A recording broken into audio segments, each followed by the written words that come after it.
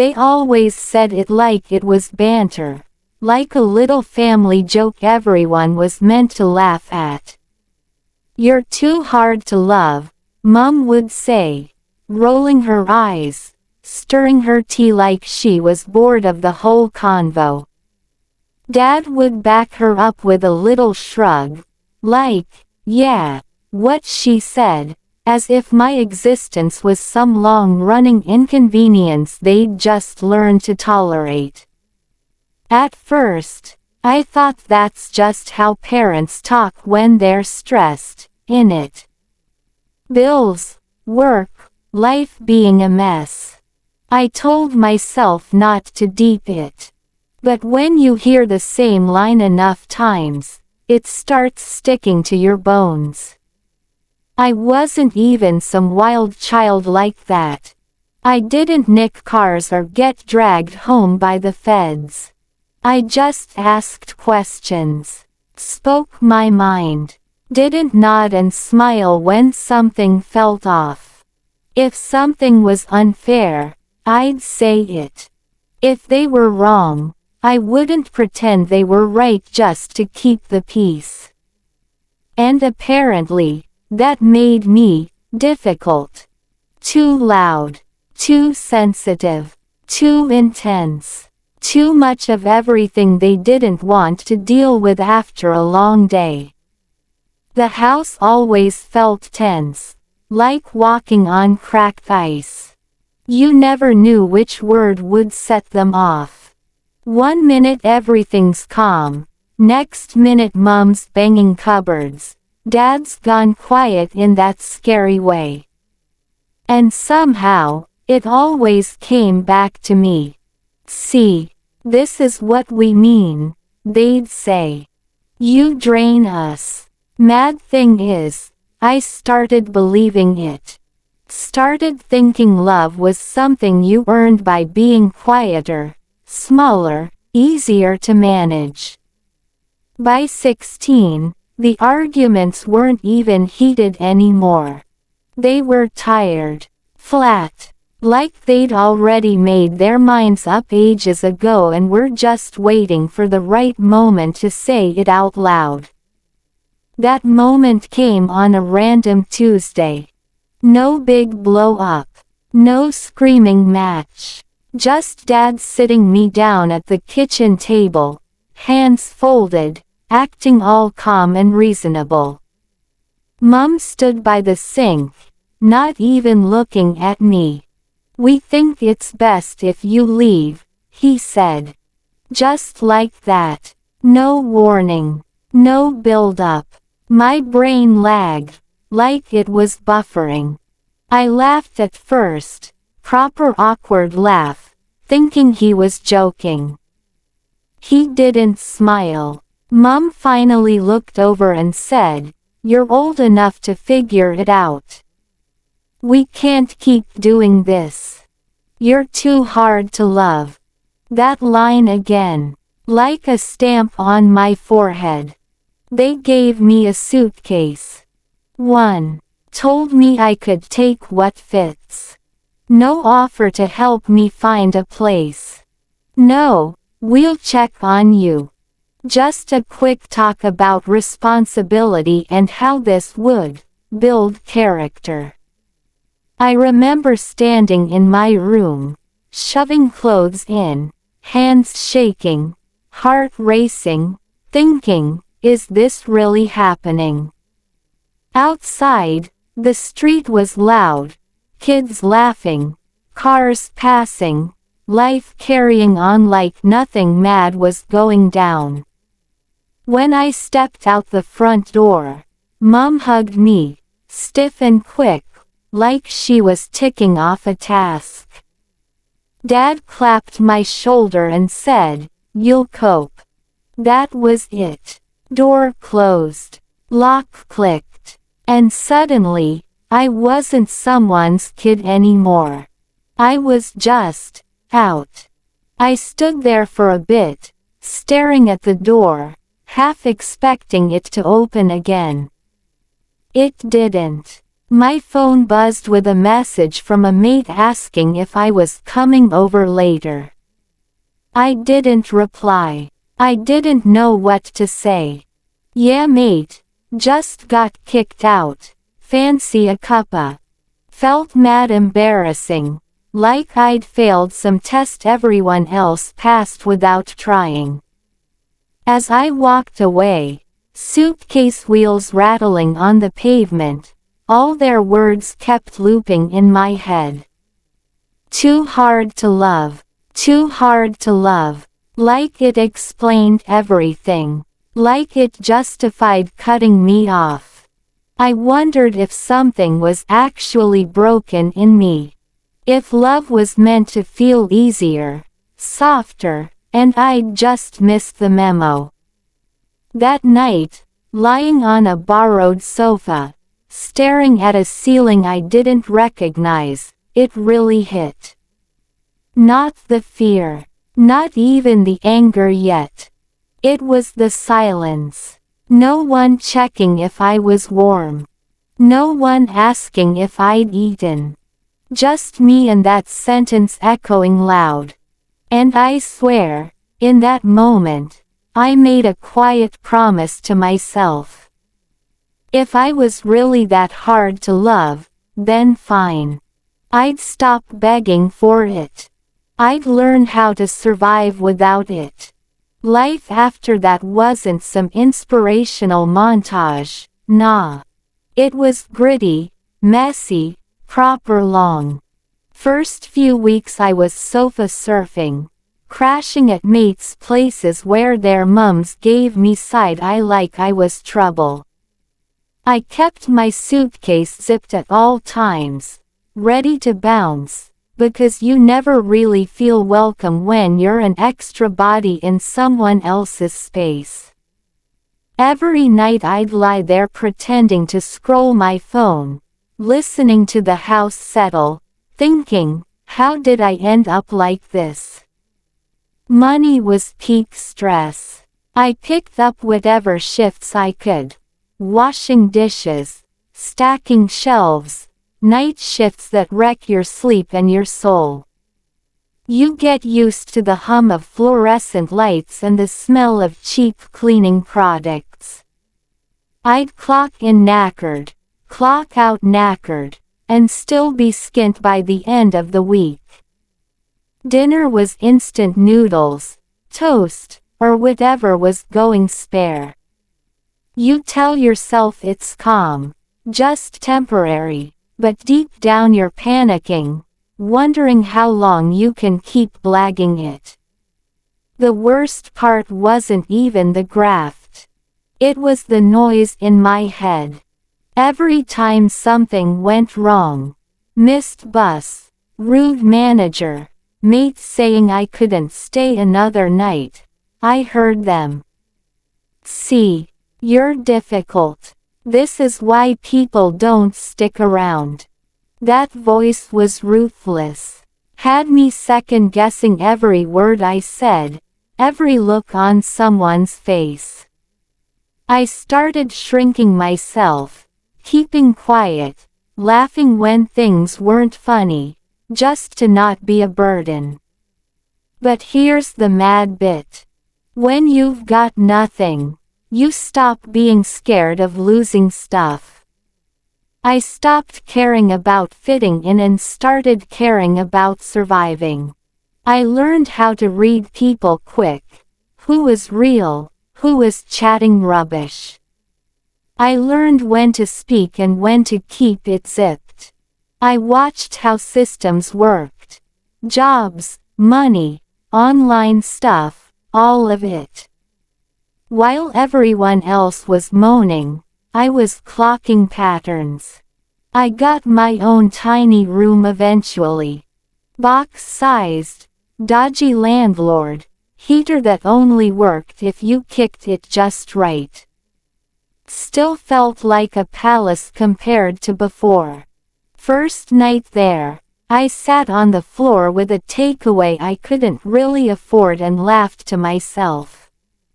No one could kick me out of this place but me. That thought hit different. I started spending my nights online, teaching myself things no one had ever bothered to teach me. Marketing videos, forums, late-night rabbit holes. I wasn't some genius, but I was stubborn as hell. If I didn't get something, I stayed up till I did. People think talent's everything, but graft carries you when talent's asleep. The anger never fully left, though. It just changed shape. It stopped being loud and started being focused. Every no pushed me harder. Every "you're not ready" made me want to prove them wrong out of pure spite. I wasn't trying to be famous or flashy. I just wanted control over my time, my money, my life. I noticed something else too. People loved a story, loved a clean image. Half the stuff online was smoke and mirrors. Brands pretending to be wholesome. Influencers acting self-made when someone else funded their whole come up. Once you see it, you can't unsee it. It's like learning a magic trick and realizing how basic the illusion actually is. By my early 20s, I wasn't broke anymore. Not rich, but stable. Bills paid. Food in the fridge. No one could tell me to pack my bags. I'd built a little representative for myself, quiet, reliable, good with digital stuff. The kind of person people call when something's gone sideways. I kept my past tight to my chest. No sob stories. No victim talk. Just work. Sometimes, late at night, I'd stalk my parents online. Not proud of it, but yeah. They were everywhere. Interviews, features, smiling like life had always been kind to them. Talking about resilience, family values, all that waffle. I'd stare at the screen thinking, you lot really forgot I exist, didn't you? Not even anger then. More like disbelief. Still, I didn't plot anything.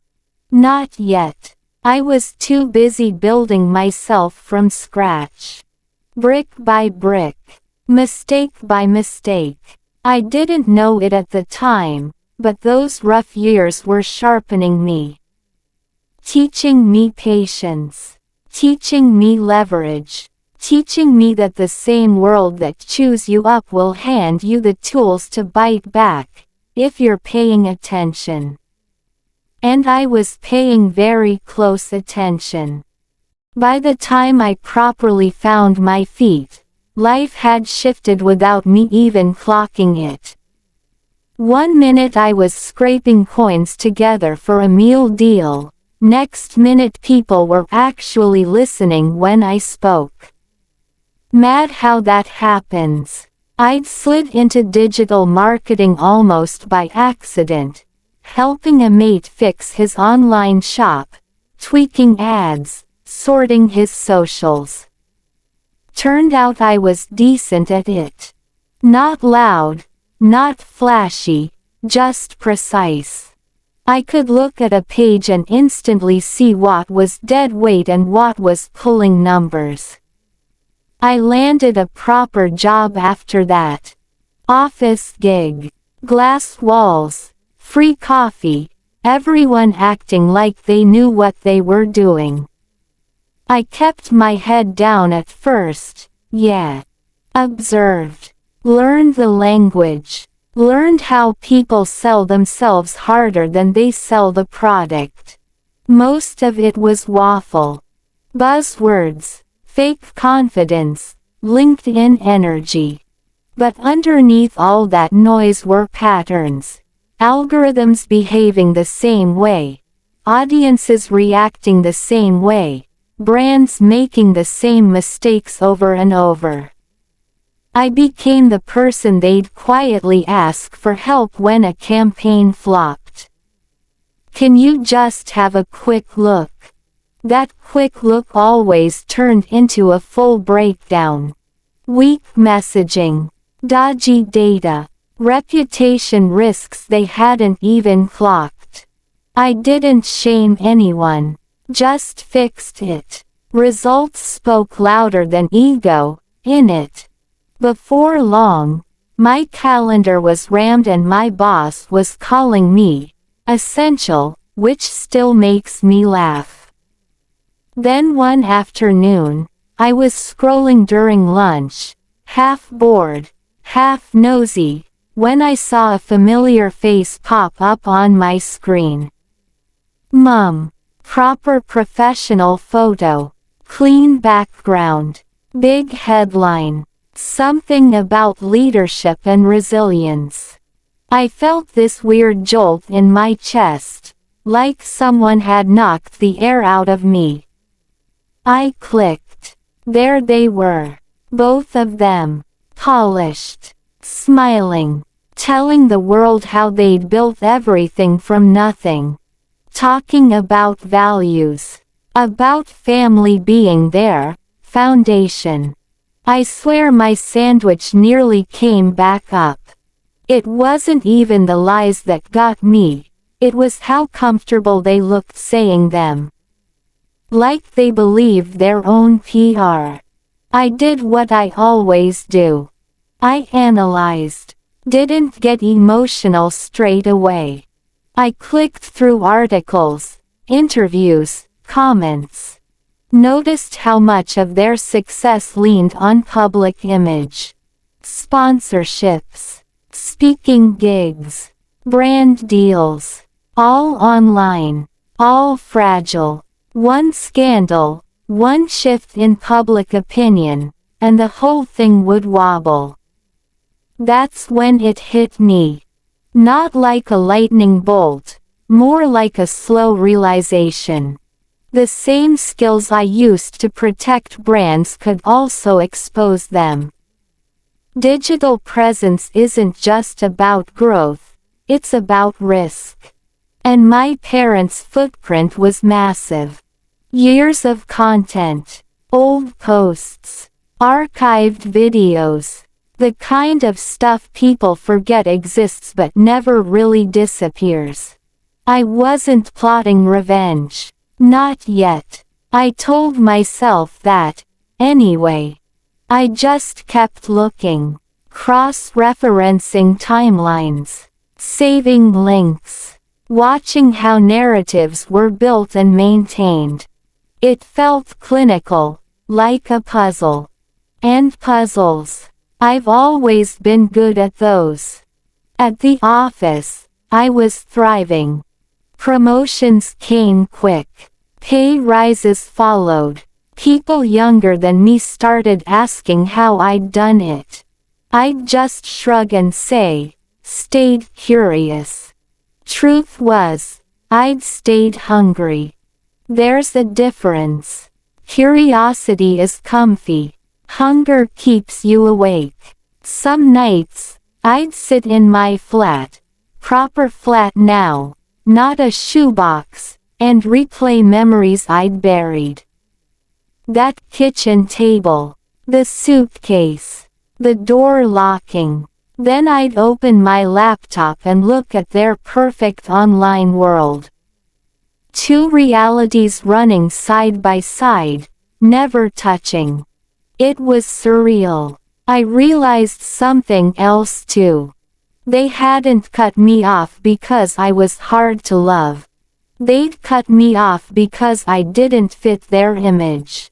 I was inconvenient, messy, unpredictable. And now, irony of ironies, their entire life was built on image. On being liked. On being believed. That thought didn't make me angry. It made me calm. Focused. Like all the pieces were slowly lining up. I still wasn't sure what I'd do with that knowledge. But I knew one thing for certain. If I ever decided to move, I'd know exactly where to press. And once you know that, you can't unknow it. The idea didn't come from some big dramatic moment. No shouting at the mirror. No villain speech. It crept in quiet, like a dodgy thought you try to ignore but keeps tapping you on the shoulder. I was on my laptop late one night, proper knackered, half watching some random doc while scrolling through old campaign data for work. One click led to another, and somehow I was back on my parents' page again. Same fake smiles. Same polished nonsense. Same comments calling them inspiring. And I just sat there thinking, this whole thing is held together with sellotape. People don't get how fragile online success really is. They think once you're big, you're untouchable. Nah. The bigger you are, the more surface area you've got to mess up. One loose thread and the whole jumper unravels. Brands know it. PR teams know it. I knew it better than most because my job was literally to stop that from happening. That's when I noticed something small. Tiny, really. An old post that didn't match their current narrative. Then another. A gap in the timeline that didn't quite add up. Nothing illegal. Nothing mad. Just inconsistent. And consistency is everything online. Once people sense something's off, they start digging. You don't have to push them. Just give them a reason to look. I told myself I was being nosy. Curiosity, yeah, but I started bookmarking stuff.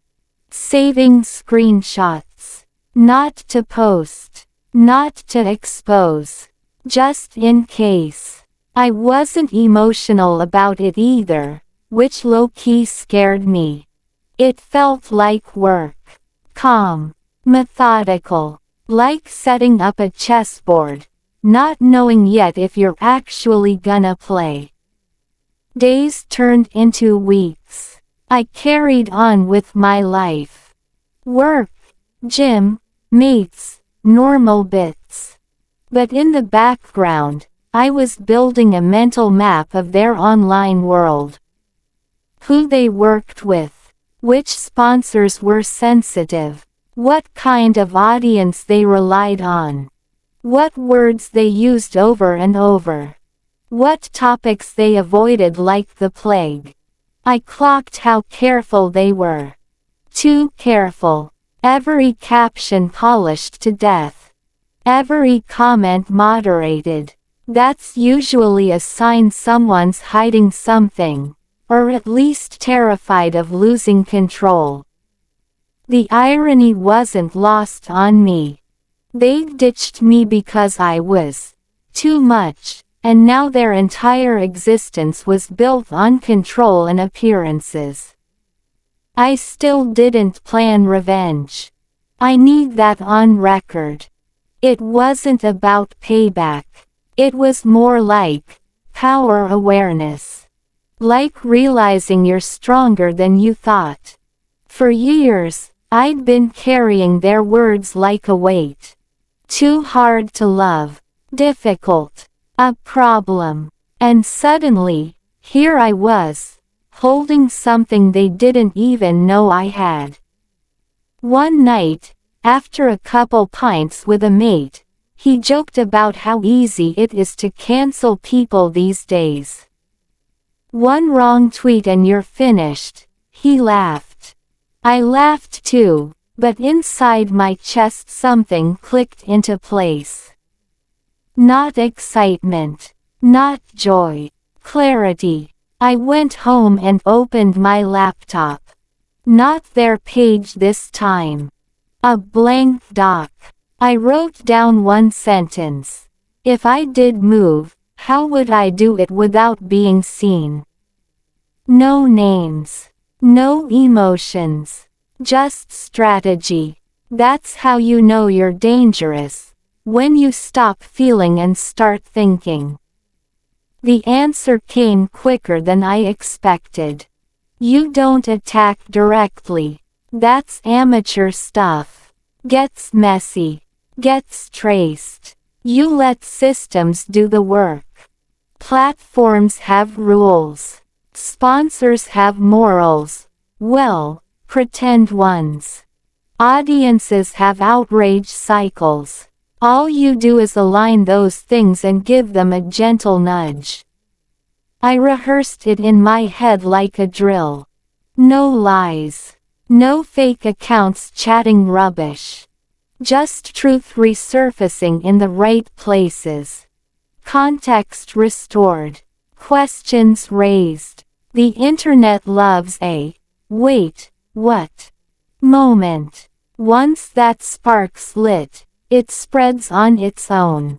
Still, I hesitated, not because I was scared of them, but because I knew once I crossed that line, there was no undo. This wasn't about hurting feelings. This was about livelihoods. About ending something they'd built for years.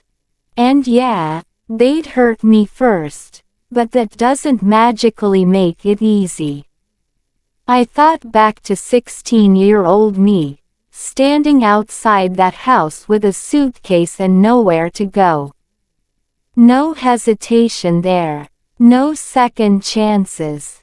They'd made a clean cut and slept fine after. That memory didn't make me angry anymore. It just steadied my hand. I didn't do anything that night. Or the next. I let the idea sit. Tested it from every angle. Looked for reasons not to. Couldn't find a good one. Not revenge reasons. Just fairness reasons. Accountability reasons. If your whole brand is built on a lie, what happens when the truth taps the mic? By the end of that month, I was ready. Not buzzing. Not smug. Just ready. I'd stopped seeing them as my parents in this context. They were just another brand with weak points and poor risk management. And brands like that always think they're untouchable, right up until they aren't. I closed the laptop, made a cup of tea, and went to bed calm as anything. That's when I knew it was already over. When I finally moved, it wasn't dramatic. No big button pressed. No rush of adrenaline. It was quiet. Almost boring, which is how you know you're doing it right. I didn't wake up thinking, today's the day I ruin them. I woke up, made a brew, checked my emails, stretched a bit. Same routine. That was the key. If it feels emotional, you mess up. If it feels like admin, you're golden. I started small. Proper small. One report flagged on an old clip that didn't line up with current values. Not false. Not twisted. Just context added. Then another, somewhere else. Different platform. Different rule. I never hit the same place twice in a row. That's how people get clocked. I spaced it out. Let the systems breathe. Platforms hate risk more than they love creators, and I knew exactly which buttons to tap. Then I let the internet do what it does best, chat. Someone noticed. Asked a question. Someone else replied with a link. Screenshots started circulating. Old quotes came back like ghosts. Nothing explosive on its own, but together. Mad suspicious. The tone shifted from praise to hold on a sec.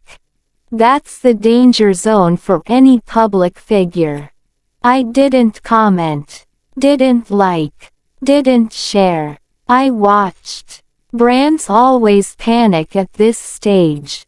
You can feel it in the air. Comments get limited. Posts slow down. PR statements start sounding stiff, like they've been written by a committee who've never met a real human. That's when sponsors start sweating. They don't care about truth. They care about headlines.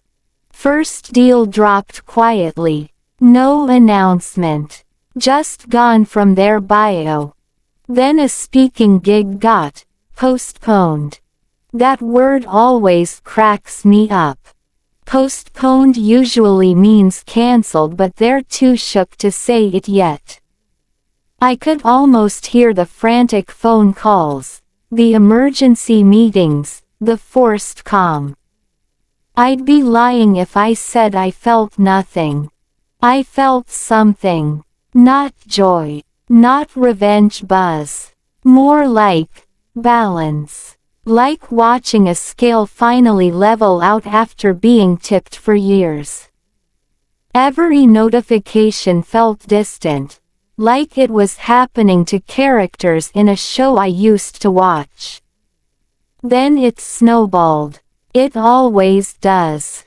A journalist picked it up, framed it as questions around authenticity. That's the polite way of saying someone's chatting nonsense. Another outlet followed. Comment sections turned feral. People who once called them inspirational were suddenly experts in disappointment. The internet loves a fall more than a rise. Proper savage like that.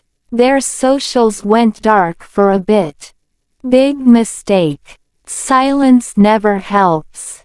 It just lets the narrative run wild. When they came back with an apology video, no eye contact, loads of, if anyone was hurt, I actually winced. Not out of pity, out of second-hand embarrassment. It was weak, overproduced, too late. Behind the scenes, I knew what was happening. Contracts have morality clauses. Once trust goes, money follows. Sponsors don't wait for court verdicts, they bounce at the first whiff of mess. One by one, the pillars holding their career cracked. Not smashed. Cracked. Enough to make everything unstable. And still, I stayed invisible. No victory lap. No, it was me. That's the beauty of it. I didn't delete their career. They did, by building it on a version of themselves that couldn't survive daylight. I just opened the curtains. One evening, my phone rang. Unknown number. I knew straight away. You always know. I let it ring out the first time. Second time too. Third time, I answered. Their voices were smaller than I remembered. Panicked. Confused. Asking if I knew anything. If I could help. The audacity nearly made me laugh. I kept my voice calm. Neutral. Professional. Even, like I was talking to a client who'd ignored every warning sign and was now shocked things had gone pear-shaped. They didn't accuse me. Not directly. They didn't need to. There was fear there. And guilt. Buried deep, but present. When I hung up, I didn't feel powerful. I felt tired. Not drained. Just done. Like finishing a long shift and finally taking your shoes off. Outside, the city carried on as usual. People laughing. Cars passing. Same as the day I got kicked out. The difference was, this time, I wasn't standing there with a suitcase and no options. I was in control. Quietly. Completely. And for the first time since I was 16, their words had no weight at all. After that call, things went quiet. Not peaceful quiet, more like the aftermath of a storm when the air's still heavy and you know damage has been done. Their faces slowly vanished from feeds. No more panels. No more glossy shoots. Just the odd article here and there, talking about a step back, and time for reflection. Funny how reflection only shows up once the money dries up. I didn't celebrate. There was no champagne moment, no smug grin in the mirror. I went to work, hit the gym, did my food shop. Normal life. That was the strangest bit, how ordinary everything felt after something so massive.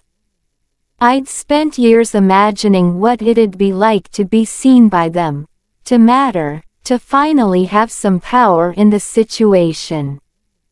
Turns out, power's quiet. It doesn't shout. It just exists. A few weeks later, Mom messaged me. Proper message, not a missed call. Long one. Full of regret, apparently. Said they'd made mistakes. Said they were under pressure back then. Said they didn't mean it like that. I read it twice. Didn't reply. Not because I was being cruel. Because I was being honest. There was nothing left to say. See, apologies hit different when they come after consequences. Before that, they're just words.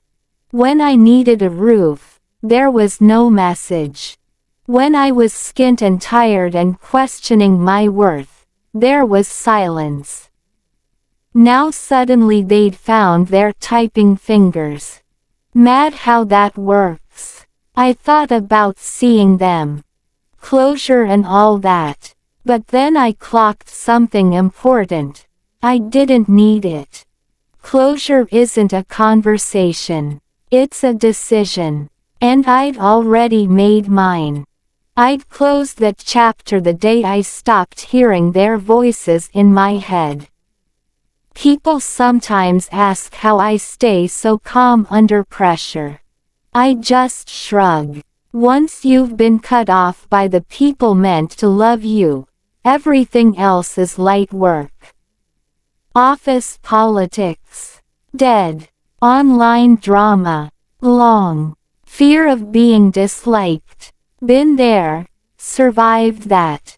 I won't lie and say I forgave them. Forgiveness is a big word. Heavy. I don't hate them either. Hate takes energy, and I've wasted enough of that already. I just released them. Like deleting an app you don't use anymore. Frees up space. Battery lasts longer. Sometimes I catch myself smiling at random moments. On the bus, making tea, walking home at night. Not because I won.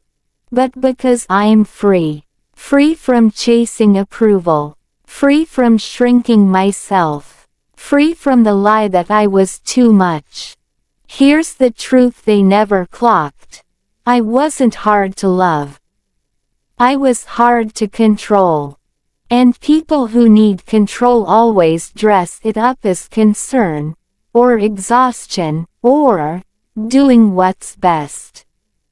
But love, real love doesn't give up when it gets inconvenient. I built a life that fits me now. Not flashy. Not loud. Solid. People around me know who I am and don't flinch when I speak my mind. If they don't like it, fair play, they move on. No drama. No abandonment. Just adults being adults. Every now and then, I see a post about my parents trying to rebrand.